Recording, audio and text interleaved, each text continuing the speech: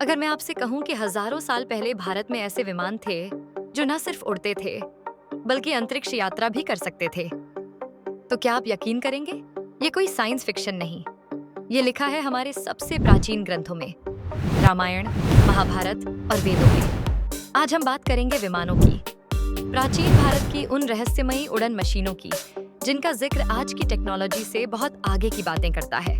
विमान शब्द संस्कृत से आया है जिसका अर्थ है उड़ने वाला यंत्र।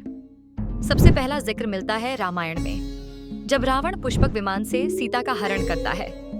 पुष्पक विमान न सिर्फ उड़ता था बल्कि ये मन की गति से चलने वाला कहा गया है, यानी जहां सोचो वहीं पहुंच जाओ। इसके अंदर सोने के खंभे, मणियों से जड़े फर्श और स्वचालित नियंत्रण की बात की गई है। एक तरह से देखा जाए ये विमान एक लग्जरी प्राइवेट जेट से भी कहीं ज्यादा एडवांस था। अब चलिए महाभारत में, यहाँ युद्ध के दौरान आकाश में लड़ाइयों का जिक्र है, जैसे देवताओं के विमान और असुरों के यंत्र। कुछ वर्णन बताते हैं कि ये विमान गोलाकार थे, अग्नि और धुएं के साथ उड़ते थे, कुछ ऐसे जैसे आज के ड्रोन या यूएफओ। यहाँ तक कहा गया है कि इन विमानों में से गर्जन की आवाज आती थी और ये ऊर्जा से चलने वाले थे।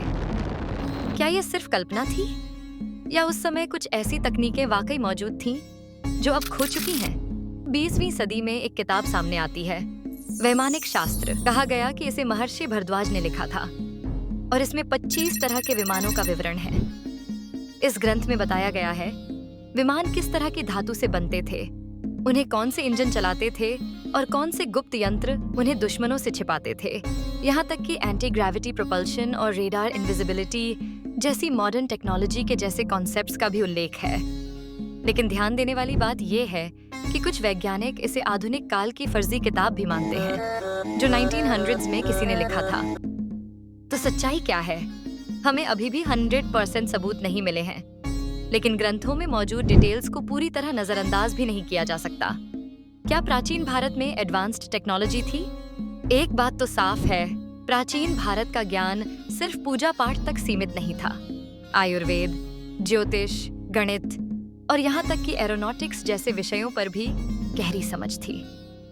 क्या हो सकता है कि प्राचीन ऋषि मुनि विज्ञान की ऐसी ऊंचाइयों तक पहुंच गए थे जो आज भी रहस्य हैं? या फिर ये सब प्रतीकात्मक कहानियां हैं? जो भी हो, विमानों का रहस्य आज भी इंसान की कल्पना और शोध को उड़ान देता है।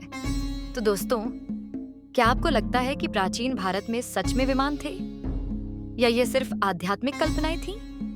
नीचे कमेंट में जरूर बताइए। अगर ऐसे ही रहस्यमयी और ज्ञानवर्धक वीडियो पसंद हैं तो चैनल को सब्सक्राइब करें और बेल आइकन दबाना न भूलें। अगली बार फिर मिलते हैं एक नए रहस्य के साथ।